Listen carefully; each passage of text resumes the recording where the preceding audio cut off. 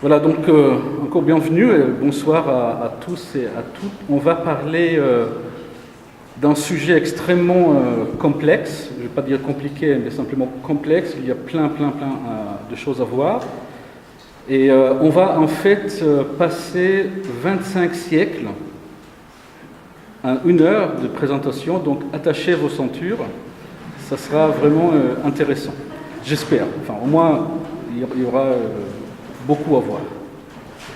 Donc juste pour vous compreniez peut-être la manière dont on va faire ça, on étudie 25 siècles et on étudie 3 paramètres dont ces 25 siècles. L'histoire qui forme une pensée, une identité, l'histoire qui forme une identité d'un peuple, les crises surtout, c'est toujours des crises qui forment une identité d'une personne ou d'un peuple, et cette histoire forme aussi la pensée de ce peuple. Donc c'est un peu le plan général qu'on va suivre. Et on va parler de la mystique juive avant la Kabbale, de la genèse de la Kabbale, et même la Kabbale chrétienne. Je ne sais pas, peut-être beaucoup d'entre vous ne connaissent même pas le fait qu'il y a une Kabbale chrétienne, c'est très important. Les attentes messianiques qui sont issues de ça, de la pensée kabbalistique, et le chassidisme qui est la manifestation peut-être la plus évidente aujourd'hui de cette pensée kabbalistique, ou mystique spécifique de la Kabbale. Je commence peut-être avec ce que beaucoup de chercheurs et beaucoup de personnes qui ont étudié la Kabbalah, bon, je vais dire Kabbalah parce que c'est ça le mot en hébreu, où ils tracent les sources peut-être de cette pensée mystique juive, chez Ézéchiel, la vision d'Ézéchiel. La 30e année, au 4e mois, le 5e jour du mois, comme j'étais parmi les captifs, près du fleuve Chobar, les cieux s'ouvrirent et je vis des visions de Dieu. Donc plusieurs choses à dire sur ce verset. J'étais parmi les captifs.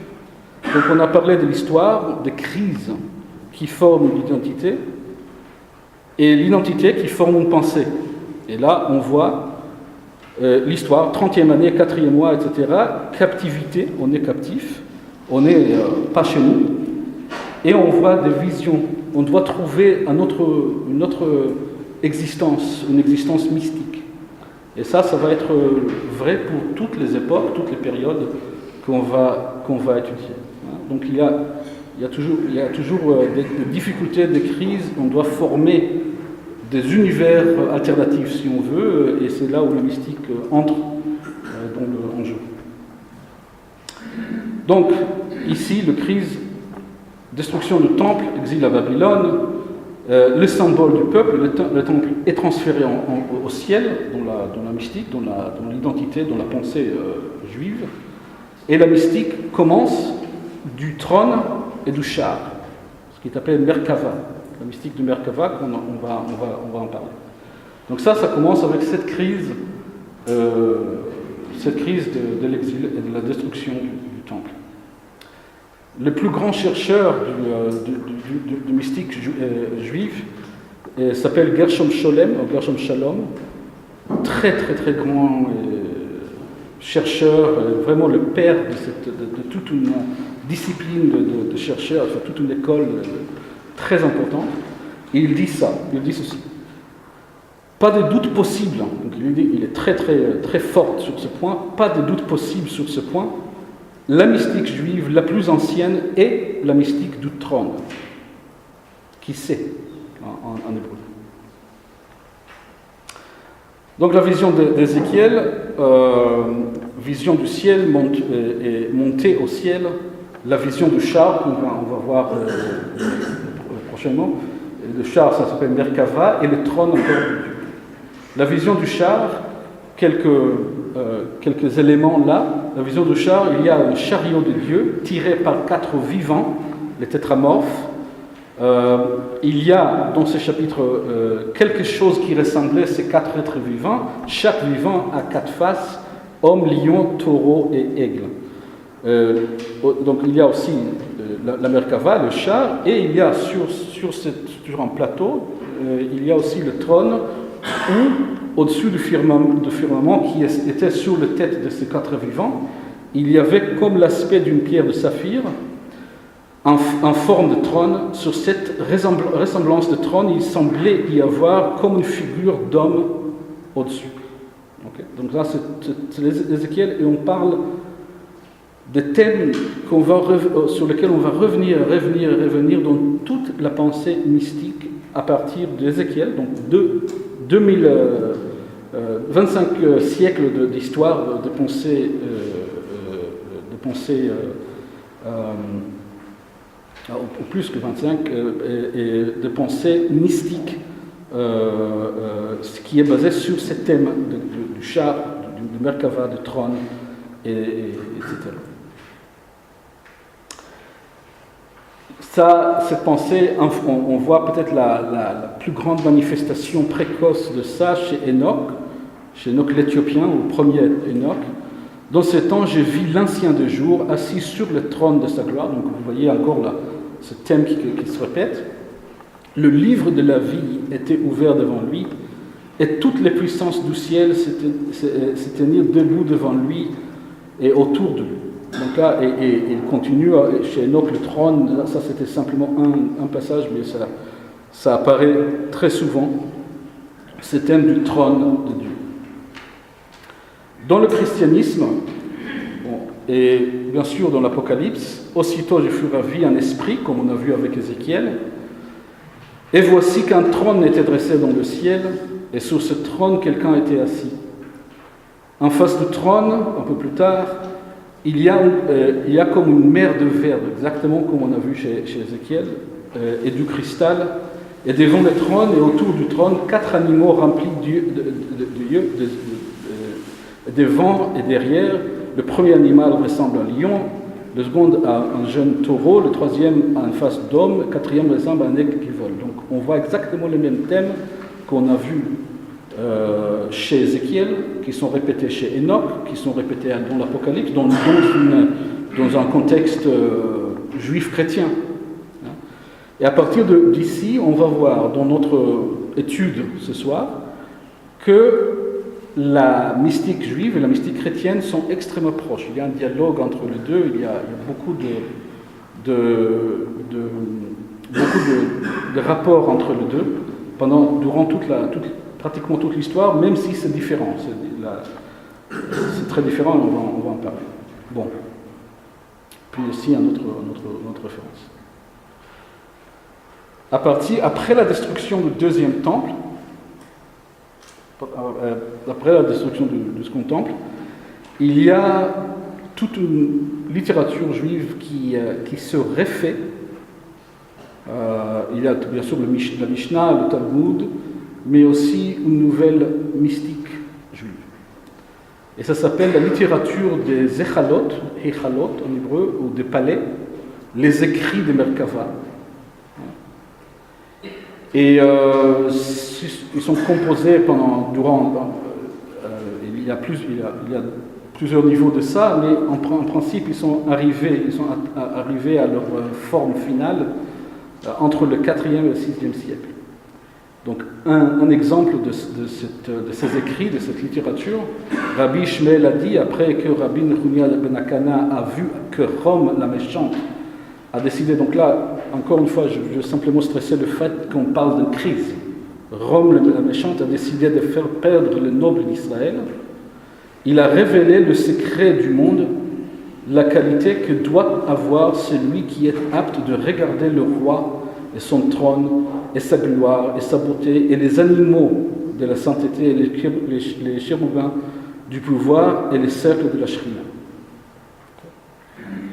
Donc encore, on parle d'une période de crise avec l'Empire, cette fois-ci avec l'Empire romain, et encore une fois, on est transféré dans ce monde mystique, avec le trône et les animaux, dans un autre univers, une autre réalité. Il y a plus ou moins dans un peu plus tôt, les livres qui s'appellent le livre de la création, le livre Yetzira, un livre vraiment sui generis, hein, il est très unique dans sa forme, et il est écrit, de ce qu'on sait, il est écrit autour du IIe siècle. Il y a ceux qui datent ça même avant la destruction du temple. Il y a d'autres, plus récemment, il y a un chercheur qui a daté ce livre entre le 6e et le 8e siècle. Mais la plupart des chercheurs datent ce livre autour du 2e, 3e siècle. Il est attribué traditionnellement à Abraham, ou même il y a ceux qui l'attribuent à Adam. Donc il y a dans la tradition juive pas mal de gens qui croient que ce livre a été carrément dit oralement, donné oralement à Adam, qui Adam l'a transmis à partir d'Adam à chaque génération, et que c'était Abraham qui l'a mis par écrit. C'est une tradition. Et c'est le premier livre qui parle d'une idée sur laquelle qu'on va voir assez, à partir de ce moment-là, on va voir dans toute la mystique juive et chrétienne, l'idée de Séphirot. Séphirot, c'est des propriétés de Dieu, c'est des essences de Dieu. Et il y a 10 essences, 10 propriétés qui s'appellent des Séphirot de Dieu, dans le judaïsme et aussi dans la Kabbale chrétienne, la Kabbalah chrétienne. Et donc là, une citation: c'est par les 32 sentiers merveilleux de la sagesse que le Seigneur des armées, Dieu vivant et roi de l'univers, Dieu de miséricorde et de grâce, Dieu sublime, séjournant dans l'éternité, a formé et créé l'univers par trois sépharim, numération, séphar, les nombres, le sipur, les nombrants, et sépher, le nombré, contenu dans 10 séphirotes, 10 propriétés qui sont un et identiques en lui. Ça, c'est très important parce que les séphirotes vont évoluer de quelque chose qui est identique à l'intérieur de la divinité à quelque chose qui est presque, et dans certains cercles de Kabbalah, même dit divinité, carrément. Donc, il y a pas mal, beaucoup de rabbins qui sont contre ça, qui étaient contre ça à l'époque, et même aujourd'hui bien sûr, et contre cette idée d'avoir... il y avait une période où ils disaient les chrétiens ils ont 3, et vous, le cercle kabbaliste, vous avez 10. Donc il y avait beaucoup de périodes de polémique intérieure. En tout cas, ça c'est le Sefer Yetzira. Le Sefer Yetzira parle de 32 sentiers qui sont les 10 séphirotes, ces 10 propriétés de Dieu, et qui sont liées à 22 lettres, les lettres de l'alphabet. Ok, les lettres de l'alphabet. Les lettres de l'alphabet en hébreu sont, dans la pensée mystique, sont des réalités. Chaque lettre, les rabbins, ils ont proposé à leurs disciples, les rabbins kabbalistes, de méditer sur les lettres, les formes des lettres en hébreu. Il y avait de longues méditations sur les formes des lettres. Ils lisaient les versets et ils organisaient les lettres différemment pour arriver à d'autres interprétations du texte, inspirées, etc. Donc, à partir du livre de Yetzira, qui a une influence énorme dans le judaïsme, dans la pensée rabbinique, bien sûr dans la pensée mystique, on commence à parler des séphirotes, on commence à se focaliser sur les lettres et la mystique des lettres de l'alphabet.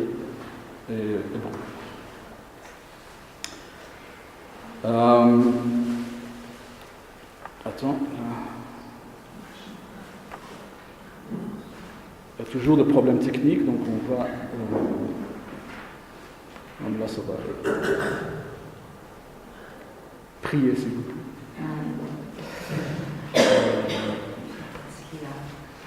Et là... 22 אותיות יסוד חקוקות בקול חצובות ברוח, ב5 מקומות בגרון, בחך בלשון, בשיניים, בשפתיים, 22 אותיות שקשר בלשונו וגילה את סודו. משכן במים דלקן באש, העשן ברוח, בערן בשבעה, להגן ב12 מזלות, 22 אותיות חקקן חצבן שקלה ימירן צרפן צר בהם נפש כל יצור וכל העתיד לצור יצר מידהו ממש עשה אינו ישנו חכם אבנים גדולות באוויר שאינו נקבע יצר מידהו ממש עשה אינו ישנו חכם אבנים גדולות באוויר שאינו נקבע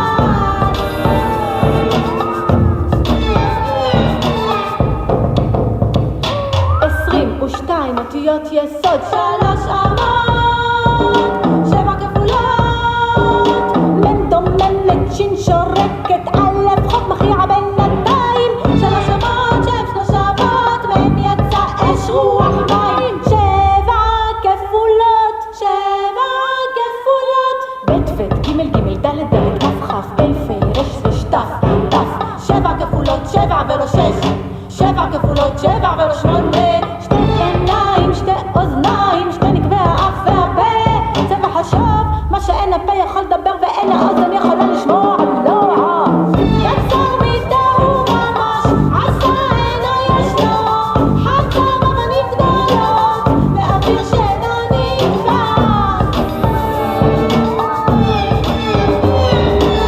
יצר מידהו ממש, עשה אינו ישנו, חכם אבנים גדולות, באוויר שאינו נקבע.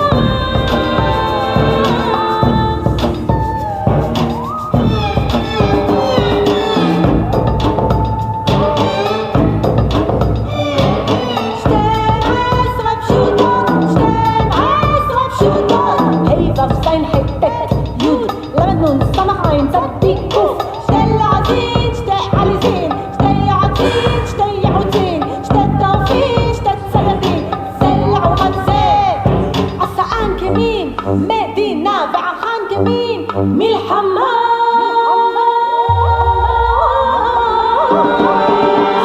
יצר מידהו ממש עשה אינו ישנו חכם אבנים גדולות באוויר שאינו נקבע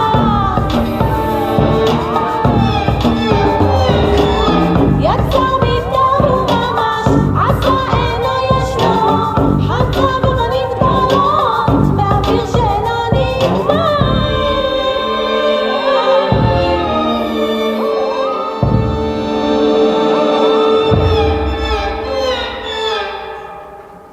Donc là, vous voyez Sefer Yetzira. Donc ça, je ne sais pas si vous pouvez lire, mais c'est écrit Sefer Yetzira Shalem. Donc en fait, ce que cette artiste qui est aussi très active dans le mystique juif d'aujourd'hui, donc elle a composé cette pièce, cette vidéo, inspirée par ce livre dont on vient de parler.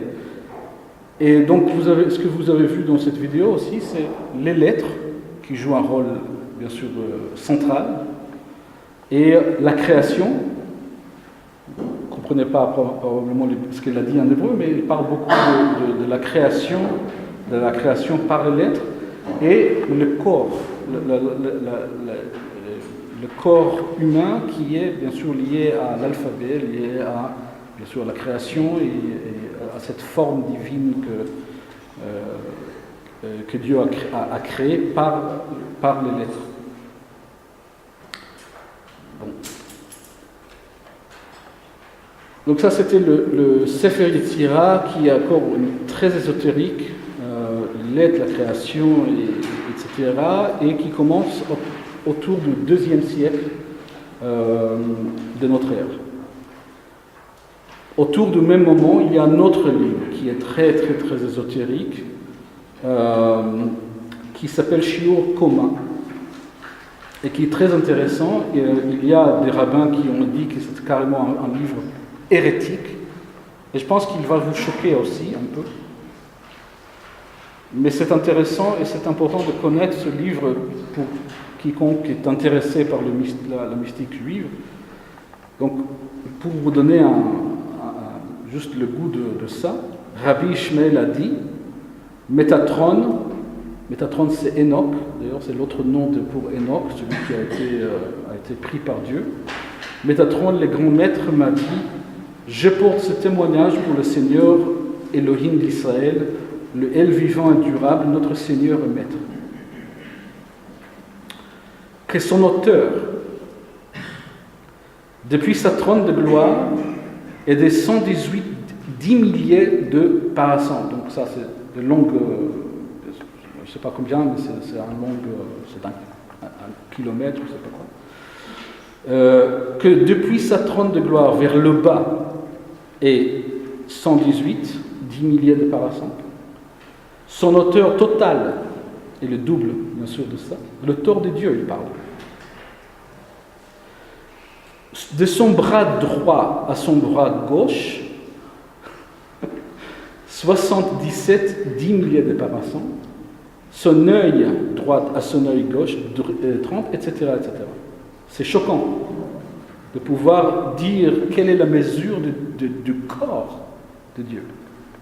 C'est pour ça que, bien sûr, le Maïmonide, par exemple, il dit c'est complètement hérétique. Mais en fait, aujourd'hui, et surtout dans le milieu kabbalistique, c'est toujours un livre très important. Et ils comprennent que ça, bien sûr, il ne décrit pas vraiment la taille de Dieu.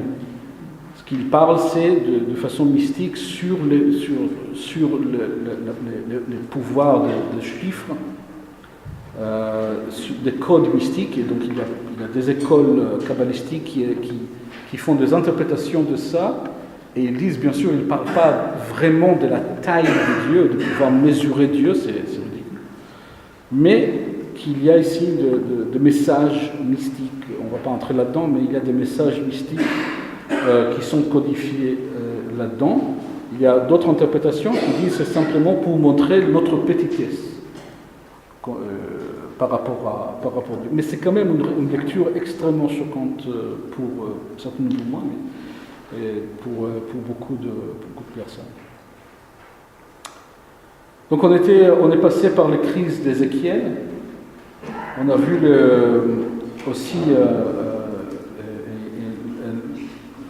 la destruction du second temple. Et puis maintenant on arrive à l'époque médiévale. Et c'est là où on commence à voir la vraie Kabbalah. Il faut peut-être que je précise. Avant la 12e, oui, vraiment plutôt le 13e siècle, on ne peut pas vraiment parler de Kabbalah ou de Kabbale. Il y avait la mystique juive. Il y avait toujours, même avant Ézéchiel, toujours, toute religion a un côté mystique. Mais c'est seulement à partir du 13e siècle qu'on peut parler d'une forme de mystique juive qui est la Kabbale. À proprement parler, on va parler un peu de comment ça a commencé, c'est très intéressant. Donc déjà les crises autour de ça, bien sûr c'est les croisés,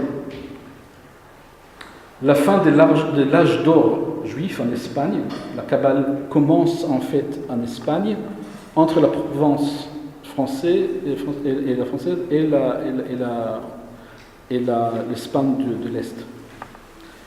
Et c'est là où la Kabbale commence. C'est là qu'il y a la genèse de la pensée kabbalistique. Et donc il y a les croisés, il y a la fin de l'âge d'or juif, donc le début des persécutions, la Reconquista, donc une période de grande instabilité en Espagne, dans la région, qui était une période très longue de Reconquista. Et aussi, surtout en XIVe siècle, la peste bubonique, qui a été, bien sûr, les Juifs ont été accusés d'être les investigateurs, la cause de ça. Et donc tout ça, on parle d'une période extrêmement violente, une période extrêmement instable, et une période de persécution, et une période aussi très très mystique, comme j'ai écrit là, et pas seulement pour les Juifs, mais aussi pour les chrétiens. C'est la période de Hildegard von Bingen, de Saint Bernard de Clairvaux, etc. Donc, une période où et juifs et chrétiens veulent construire un autre univers, un univers mystique en même temps. Dans ce temps, donc 12e siècle, fin 12e siècle, apparaît un livre qui s'appelle le Sefer HaBahir, le livre de la clarté, qui est aussi très unique, mais c'est le premier livre vraiment de la Kabbalah. Donc on commence à entrer dans un autre registre de pensée mystique. Il y a aussi, d'après le chercheur Gershom Scholem, était le premier à le dire, des fortes influences gnostiques sur ce livre. Dans ce livre, la Shekhinah, c'est la présence divine, mais dans ce livre, la Shekhinah devient l'image féminine ou la réalité féminine de Dieu. Pas seulement une présence, mais elle est une personne. Elle devient une personne féminine dans la divinité juive. Il y a pas mal de chercheurs qui disent que c'est la réponse juive à cette culte de la Sainte Vierge qui était très, très forte à l'époque, et sans doute il y a des liens là-dedans. Donc cette Shekhinah se présente comme la personne ou la partie ou l'image féminine de Dieu. Et là, on commence à identifier cette essence féminine avec les 10 séphirotes qu'on a vus dans le livre de Yetzira, le livre de la création. Donc on commence à faire des liens, pas seulement de dire oui, il y a ces 10 essences, 10 propriétés de Dieu, mais aussi elles ont un rôle dans la pensée, dans l'espoir, en fait, des croyants. Donc elle est identifiée, cette Shekhinah, cette essence féminine, est identifiée avec la 10e séphira, qui est la plus basse, la séphira de Malchut. On va voir l'arbre dans quelques minutes, de séphirot. Et en même temps, elle est identifiée avec une des 3 séphirotes qui sont vraiment hors de notre portée et qui font partie de la divinité à proprement parler. Pour l'instant, on va le voir de façon plus schématique, mais pour l'instant, simplement, vous pouvez garder en tête qu'il y a 2 niveaux de cette même essence féminine de Dieu. Et en fait, cette Shekhinah devient une sorte de médiatrix, de médiateur entre homme et divinité, dans le livre de Bahir. C'est très intéressant, et c'est très intéressant certainement si on compare ça à la pensée mariale de l'époque et de la pensée mariale tout court. Elle est mobile, elle traverse l'arbre de Séphirot qu'on va voir très prochainement, et elle est aussi très, très liée à la pensée pas seulement chrétienne, mais la pensée gnostique avec la Sophia et la psyché des gnostiques.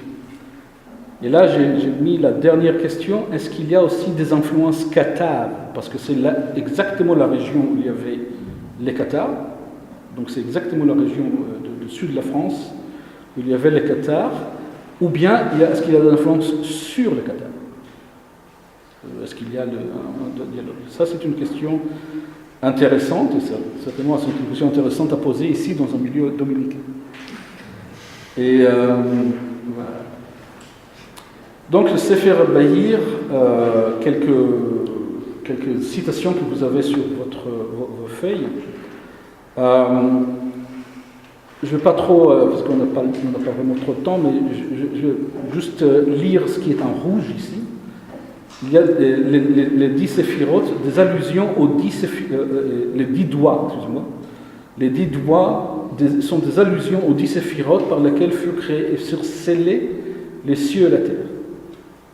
Et ces 10 sont comme les 10 paroles de la création, de la tradition juive bien plus avant ça, il est dit, Dieu a créé le monde avec 10 paroles. 10 paroles de création, et là aussi on voit ça. Et quelles sont-elles? Elles sont 3. Et elles contiennent 3 légions, 3 gouvernements. Et le premier gouvernement est or, lumière. Or, c'est en hébreu, c'est lumière. Et or, lumière, et la vie des eaux. Le deuxième gouvernement, ce sont les Chayot HaKodesh, les animaux saints. Ça, on voit le rapport avec Ézéchiel, avec Enoch, avec l'Apocalypse de Saint Jean, les Chayot. Les Ophanim, c'est les roues du char de Merkava, les roues de la Merkava, et tous les bataillons du Saint béni soit-il. Ils bénissent, exaltent, glorifient, louent et sanctifient le roi glorifié par la sainteté, etc. etc. Okay. Donc, c'est une évolution de cette pensée mystique, toujours avec le même thème du Merkava, des animaux, etc. Il y a aussi bien sûr le trône, pas dans ce passage, mais le trône. Donc on voit les mêmes idées, mais maintenant il y a quelque chose de différent. On voit aussi les 10 séphirot du livre Bahir, mais il y a quelque chose de différent. On entre on entre plus dans la, si vous voulez, dans la divinité, et on entre plus dans des questions mystico-théologiques, enfin à l'intérieur des questions divines. L'étape d'après, c'est le livre des Zohar, le livre de Splendeur, qui est le livre de Kabbalah.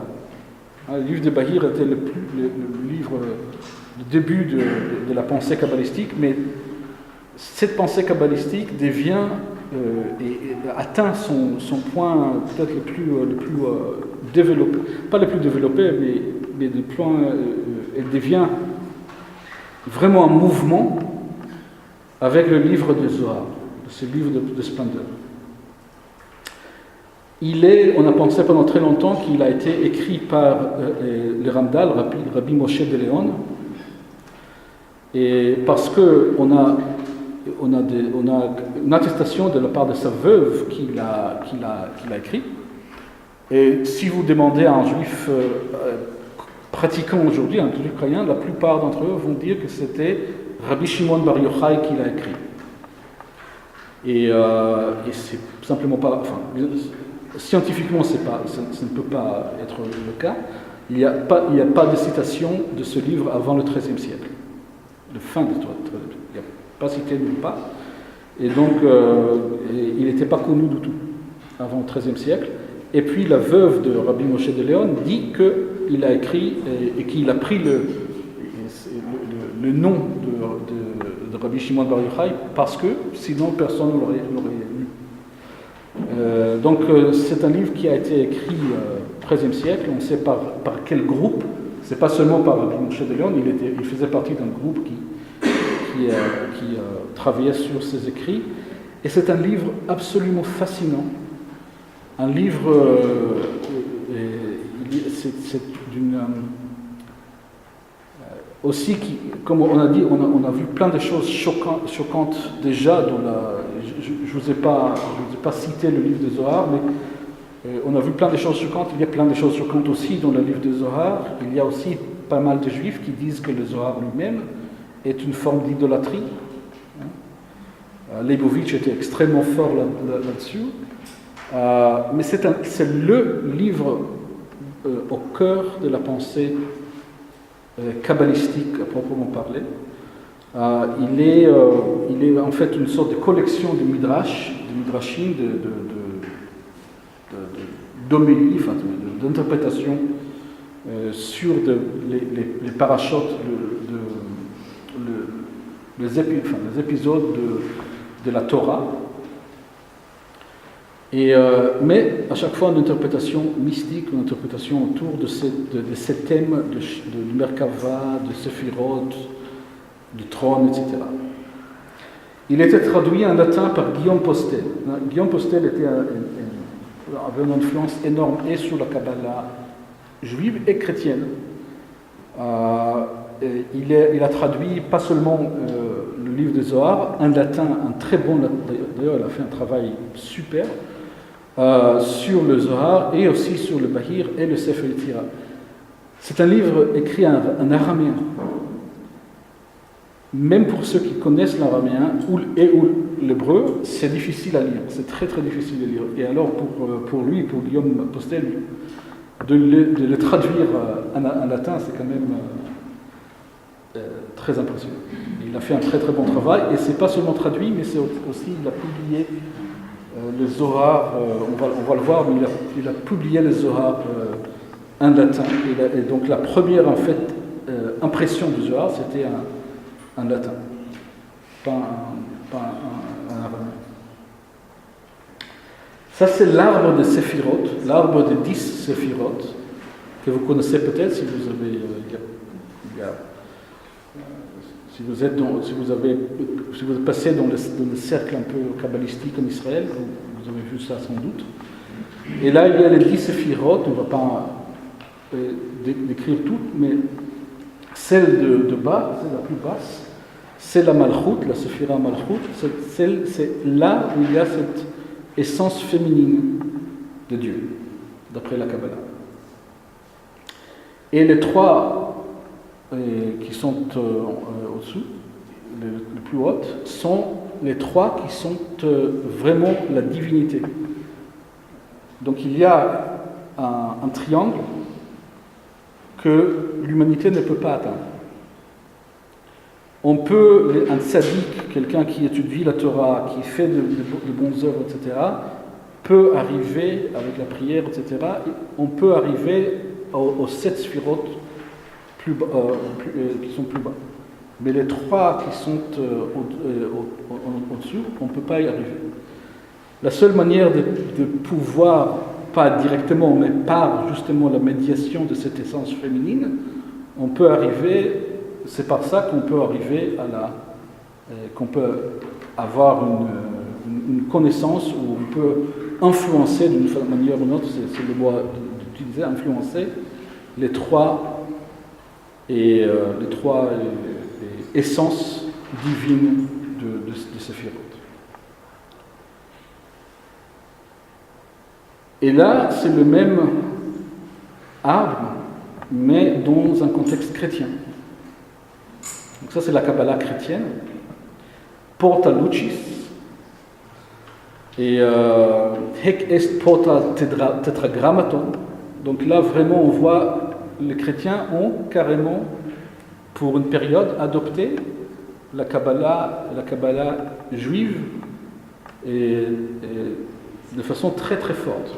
Il y avait une période dans la Renaissance, dans la période début de la Renaissance, que les chrétiens étaient fascinés par cette Kabbalah juive.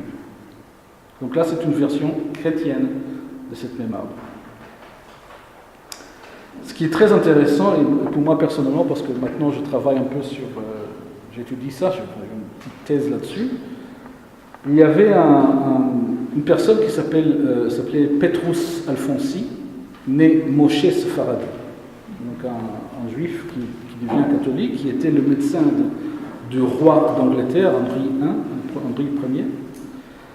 Et il écrit un livre qui d'un côté était très intéressant et très positif, de l'autre côté il avait des conséquences qui n'étaient pas du tout positives, parce que ça a augmenté en fait les persécutions contre le juif. Mais il écrit un livre qui s'appelle Contra Judeos, et dans ce livre il parle de la mystique juive,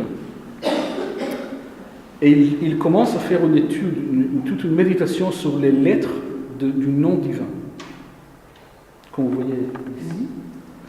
Et il fait une sorte ici, vous voyez, là, la Trinité, avec le nom divin, ici, mais en latin, mais c'est quand même les trois lettres du nom divin. Et là, il met chaque paire de lettres de son côté, et vous voyez probablement la ressemblance entre ça et l'arbre de Séphirot qui va en fait devenir vraiment l'arbre de Séphirot 5 siècles après. D'accord ? Et moi, juste sur un plan personnel, moi j'ai une petite thèse que le livre Bahir était écrit pour répondre à cette contra-judéos, à cette idée de Petrus Alfonsi qui parle contre le juif. Et là, le livre Bahir essaie de montrer, justement, c'est pour ça qu'il parle aussi enfin, ils utilisent carrément très systématiquement les arguments de Petrus Alfonsi et ils prennent les arguments de Petrus Alfonsi et ils utilisent ça pour établir pour construire le livre qu'on a vu, le livre Bahir.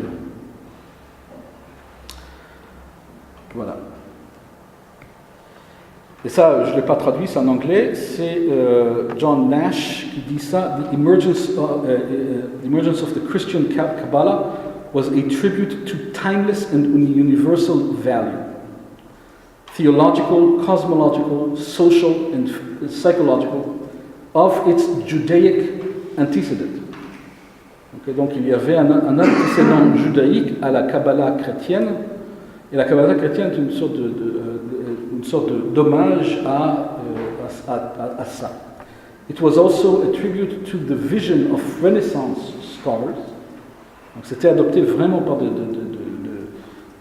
penseurs, de grands penseurs, dont Pico della Mirandola. Je ne sais pas si vous connaissez, mais Pico della Mirandola peut-être un nom de plus connu de la Renaissance, un grand humaniste. Il était extrêmement intéressé par la Kabbale et il a travaillé aussi sur la traduction de Zohar, etc. Donc, a tribute to the vision of Renaissance scholars who recognized the Kabbalah's potential to describe and explore Christian beliefs about God, the universe, society and the individual. Encore une crise. L'invention de l'imprimerie, c'est pas une crise, mais c'est quand même une crise parce que, enfin une crise, c'est une révolution, disons. Et les ors étaient imprimés pour la première fois en 1560. Et même avant ça, dans le Kabbalah chrétien, la Kabbalah chrétienne, De Arte Kabbalistica, en latin bien sûr, par Johannes Reuchlin, en 1516. Donc très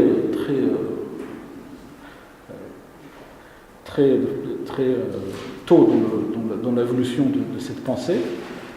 Et après, il y avait une vraie crise, l'expulsion de l'Espagne, de l'expulsion des Juifs. Avant l'expulsion des Juifs, les idées de Kabbale étaient limitées aux Juifs de l'Espagne. Donc il y avait des Juifs qui connaissaient ça ailleurs, mais c'était très ésotérique, des groupes très... c'était pas vraiment grand public, disons. Mais après l'expulsion de l'Espagne, la Kabbalah devient vraiment une obsession d'un peuple qui souffre. On lit tout le temps ça aux crises, à la souffrance. On parle d'une expulsion de l'Espagne et les idées kabbalistiques et les Zohar, aussi bien sûr avec maintenant la technologie de l'imprimerie. Maintenant on a des livres de Zohar, c'est pas de rouleaux, c'est pas des codex, c'est beaucoup plus facile à avoir une copie, à pouvoir lire, et les Zohar devient vraiment une obsession, pratiquement. Il y a les Juifs et les chrétiens sont très intéressés par la Kabbale. Et quand les Juifs de l'Espagne arrivent en Palestine, ils ont bien sûr immédiatement une influence énorme sur la pensée des Juifs ici. La plus grande figure est ce qui s'appelle Ari Akadosh, ou Rabbi Yitzhak Luria, qui est né à Jérusalem, est mort à Tzfat, il est mort à Safed, au nord d'Israël, mais il a passé la plupart de sa vie en Égypte. Il a passé peut-être, je pense, en total 5 ou 6 ans en Palestine.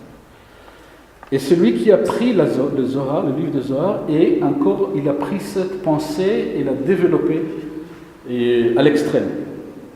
Ce qu'il a fait avec l'idée de Séphirot, parce que l'idée de Séphirot, il y a un arbre, et il y a les sens divines qui descendent et petit à petit vers notre existence, la création, ce qu'on connaît de notre réalité. Et il a pris cette idée qui vient de l'arbre de Séphiroth et il commence à la développer dans la création, mais dans la question de comment cette création nous influence dans le quotidien. Et il commence avec l'idée de la contraction, la tzimtzum. Et l'idée là, c'est dans l'idée ici, c'est que dans l'acte même de la création de Dieu, que Dieu crée l'univers, il devrait, je simplifie énormément, mais l'idée c'est que pour pouvoir créer, il devrait se contracter lui-même. Parce qu'il est partout, il contient tout, il est tout, et donc il s'est contracté lui-même. Pour expliquer comment les forces du mal, encore je simplifie beaucoup tous ces points, et pour expliquer comment les forces du mal sont entrées dans la création, il a des shvirat kelim, bris de vase. Et donc, quand il se contracte, il y a d'autres puissances, d'autres forces qui entrent. Et après, il y a dans la place de Séphiroth, qu'on a vu avant, maintenant, il est réservé à ce qu'il appelle les partsoufim. Ça veut dire les essences, les propriétés de Dieu qui sont à notre portée, au moins les 7 premières. Et donc, maintenant, les Séphiroth deviennent une partie d'une cosmologie, si vous voulez, enfin, une cosmologie mystique de Rabbi Yitzhak Luria. Donc si on va encore plus bas dans cette échelle de création, on arrive à des nitzotzot, des étincelles, les éléments de lumière qui sont toujours dans le monde, de lumière divine. Donc il y a ici, dans cette pensée, dans cette conception du monde, il y a dans le monde, donc, il y avait la lumière infinie de Dieu qui descend vers la création progressivement, et ici-bas, dans notre vie, il y a les étincelles. Il y a des étincelles, mais il y a aussi le mal. Et donc chaque juif, dans sa pensée, ou chaque adepte de Kabbalah, notre rôle dans notre vie est de faire sortir les étincelles de réalité qu'on vit aujourd'hui, même dans on va le voir plus tard, mais il y a cette idée que chaque chose, même la chose la plus choquante, la plus horrible, la plus mauvaise qu'on peut imaginer, il y a quand même un étincelle de divinité là-dedans. Okay, donc on voit vraiment une progression, et là maintenant les séphiroth sont une partie d'une structure beaucoup plus grande. Voilà, donc là, et cette pensée de Zohar, cette pensée, donc on était au XVIe siècle, et cette pensée mystique, comme je dis, elle devient une obsession. Et dans le Zohar, il y a un passage un peu obscur qui a été interprété comme l'année, si on traduit les années juives au calendrier qui est utilisé dans l'Occident chrétien, ça tombe sur 1648. Il y a une année de rédemption, une année de salut, et qui est annoncée dans le Zohar, d'après certaines interprétations. Et donc le monde juif, autour de l'année 1648, attendait la venue du Messie.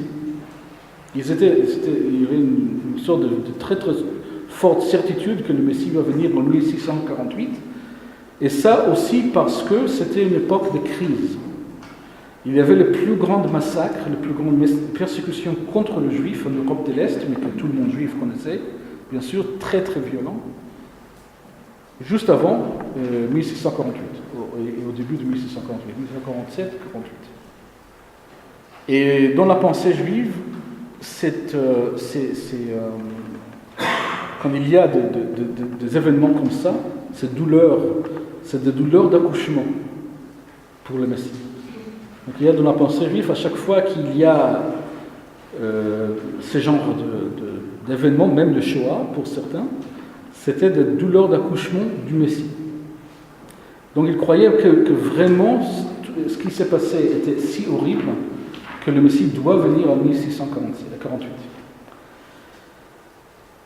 Et il y a un homme qui s'appelle Shabtai Tzvi, qui était un génie de Kabbalah, génie de Zohar, et quelqu'un d'extrêmement charismatique, qui, en 1648, justement, en Istanbul, il dit « Je suis le Messie ». Tout le monde entendait le Messie, « Je suis le Messie ». Il était extrêmement charismatique, comme j'ai dit, et il se proclame donc Messie. Il se marie avec un rouleau de Torah. Je suis toujours étonné qu'il n'y a pas un film. Si quelqu'un ici a inspiré, il faut faire un film sur la vie de cette personne. Il se marie avec un rouleau de Torah. Il prononce les noms imprononçables de Dieu tout le temps, ce qui est très choquant pour un juif. Il décide lui-même, il dit non, une telle fête juive doit être maintenant sur quelle date. Il change les dates de fête pour ses disciples. Il a des centaines de milliers de disciples. C'est énorme. Et il va, finalement, il est chassé de la Turquie, et en Empire ottoman, il se trouve en Égypte. En Égypte, il s'introduit à la communauté en Alexandrie, de la communauté juive là-bas. Il dit « Je veux marier pratiquement une prostituée, parce que je veux accomplir le livre d'Osée, le début du livre d'Osée, pour se marier avec une prostituée. » Finalement, il est chassé de là-bas. Je ne vais pas passer trop de temps, parce que c'est un sujet qui me passionne. Mais il est chassé là-bas, il va en route vers Jérusalem, en Palestine, il passe par Gaza. À Gaza, il trouve son apôtre, Nathan de Gaza, qui commence à écrire des épîtres partout dans le monde pour dire c'est le vrai Messie. Et ce sont tous les deux des génies de Zohar, c'est des écrits d'une profondeur kabbalistique énorme. Et c'est et à l'époque où il y avait cette obsession avec ces écrits-là, ça avait des échos très importants. Finalement, il s'est converti à l'islam. Mais même après sa conversion à l'islam, ses adeptes, ses disciples continuaient à croire en lui. Ils disaient non, il est toujours vivant, il est toujours là. Mais c'est une histoire absolument fascinante. Il n'est pas le seul à cette époque-là non plus qui était faux messie. Mais c'est sans doute l'exemple le plus... Quand il était à Jérusalem, aussi, après un certain temps, les rabbins de Jérusalem voulaient le chasser parce qu'ils voulaient que c'était... Et ils ont parlé au gouverneur ottoman ici à Jérusalem, et ils l'ont mis en prison, et finalement il est venu pour être jugé par le gouverneur ottoman, et ils sont devenus les meilleurs amis, parce qu'encore c'était quelqu'un d'extrêmement charismatique, et en plus il était turc de naissance, donc il parlait couramment avec le gouverneur turc ottoman, et lui a donné un cheval, alors que le juif ne pouvait pas avoir un cheval dans l'Empire. Donc il est devenu quand même... C'est vraiment une histoire absolument magnifique. Je dirais pas magnifique, mais elle est pas, très intéressante. Mais ça a fait beaucoup de dégâts aussi. Ça a fait beaucoup de problèmes.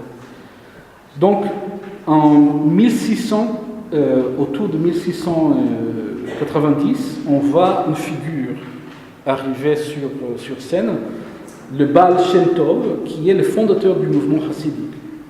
C'est important de comprendre que c'est à peu près 50 ans, 40 ans après le Shabtai Tzvi, après tout ce qui s'est passé avec Shabtai Tzvi, et on est toujours sous le choc d'un faux Messie, que tout le monde pensait qu'il serait le vrai Messie. Il avait l'air d'être vraiment c'est pour qui on a prié, et finalement c'est pas du tout le cas, bien sûr. Et en même temps, il y avait d'autres faux messies qui ont dit qu'ils sont la suite de Shabtai Tzvi, et que le Shabtai Tzvi s'est réincarné après sa conversion. Il y a toutes sortes il y a vraiment encore un temps de crise. Et donc le Baal Shem Tov est né en Moldova, qui était un État vassal ottoman, donc il y avait bien sûr le lien avec le mouvement de Shabtai Tzvi. Il est aussi influencé, il passe plusieurs années dans les montagnes de Lituanie et de Moldavie, enfin de cette région-là, avec des moines orthodoxes, des ermites orthodoxes. Et donc il y avait aussi des liens qui sont étudiés. Enfin, on ne connaît presque rien sur le Baal Shem Tov, à part ce que ses disciples ont décrit de lui. Donc on ne sait pas quel rapport il avait avec les moines orthodoxes, mais ce qui est clair, c'est que sa pensée a pas mal de rapports avec la pensée orthodoxe chrétienne. Mais il est juif, c'est un juif rabbinique, mais il prend la pensée rabbinique et la pensée kabbalistique et il essaye de faire quelque chose de nouveau, plus rationnel que la pensée kabbalistique, mais pas une pensée rabbinique pure, si je puis dire. Ce qu'il enseigne, son enseignement, c'est l'idée de se coller à Dieu, d'adhérer à Dieu, d'unifier, si on peut dire, mais d'une façon presque de se marier avec Dieu. Et il continue la pensée qu'on a vue avec Rabbi Yitzhak Luria, avec le Hari Akadosh, de chercher les étincelles dans notre existence, dans notre réalité, et de méditer, continuer de méditer des lettres. Donc vous voyez, toujours on revient au même thème. Et il dit, avant la rédemption générale, une personne doit se racheter elle-même. Il y a immédiatement une opposition à cette idée de Chassidut, parce qu'il y a toujours le choc, il y a toujours la trauma de Shabtai Tzvi. On n'a pas beaucoup de temps, mais on va juste mentionner les opposants, le Mitnagdim ou le Misnagdim, qui ne veulent pas, bien sûr, que le Shabtai Tzvi ou le Shabtaïsme revienne. La figure centrale de ça est le Gaon de Vilna, qui est une figure extrêmement importante de le judaïsme et qui s'oppose au Chassidut. Et bien sûr, le mouvement de Haskalah, le mouvement juif intellectuel, rationaliste, européen, moderne, qui est contre cette pensée mystique ésotérique. Le Chassidut évolue avec maintenant une sorte de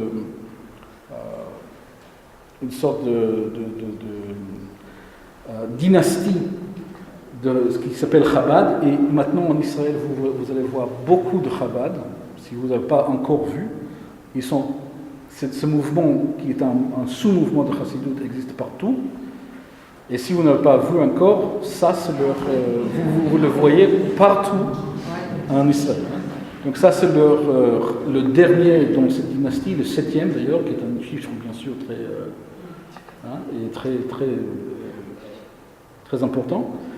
Et il est le 7e rabbin de cette dynastie de Chabad, qui vient du Baal Shem Tov par ce qu'il appelle Baal Atania ou l'Admor Hazaken. Tout ça basé sur, encore très fort même aujourd'hui, si vous parlez de Chabad, la pensée kabbalistique est très forte là-bas. Il y a toujours, même aujourd'hui, donc juste pour finir, toujours des opposants, toujours ceux qui sont inquiets pour, à mon avis, de bonnes raisons, de la pensée kabbalistique. Elle a été très dangereuse dans l'histoire, elle l'est même toujours. Et voilà, donc ça c'est maintenant un mouvement qui existe, qui est très fort aujourd'hui en Israël et partout dans le monde juif. Le mouvement Chabad qui devient de plus en plus puissant comme mouvement. On a demandé dans les années 70 le grand rabbin d'Israël, le Rav Shach, quelle est la religion la plus proche au judaïsme. Il a dit Chabad. Donc ce mouvement-là est la religion la plus proche au judaïsme. Voilà, bon, je vous remercie.